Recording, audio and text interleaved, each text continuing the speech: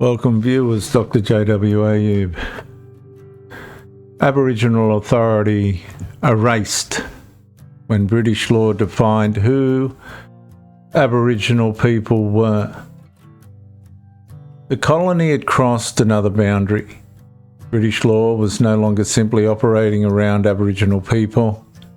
It was increasingly deciding their legal position within a system they had never negotiated. And that distinction matters, because once a government can determine whether you may testify, where you may live, how you may move, what protection you receive, and which laws apply to you, it is exercising power over far more than territory.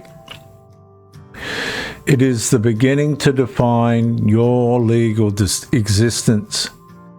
Yet, Aboriginal peoples had not suddenly stopped possessing their own identities, laws, kinship systems, or relationships with country. Those continued independently of whether colonial institutions understood them. The problem was that British institutions increasingly possessed the power to make their definitions consequential. An Aboriginal person entering a colonial courtroom encountered British procedures. An Aboriginal person accused under colonial law faced British jurisdiction. And when Aboriginal evidence did not fit British legal requirements, the consequences were devastating. This created another layer of colonial control, illegitimate colonial control. Britain had first established settlements. Settlement expanded across country. British law followed. And then that law increasingly determined how Aboriginal people themselves could participate within the institutions exercising authority over them.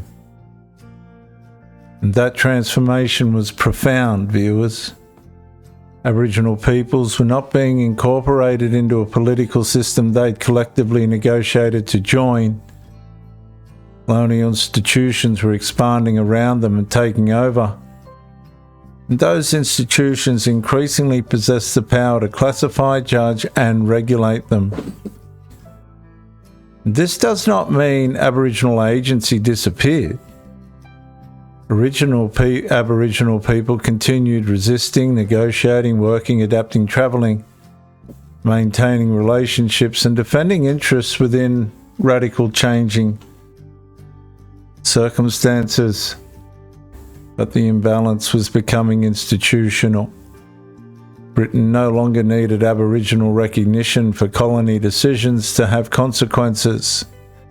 Its institutions could increasingly make those consequences real. And that produces the next question. Viewers, what happens when an imposed legal system stops merely claiming jurisdiction over your country and begins deciding what legal voice you possess inside it? And the voice for the Aboriginal people became zero.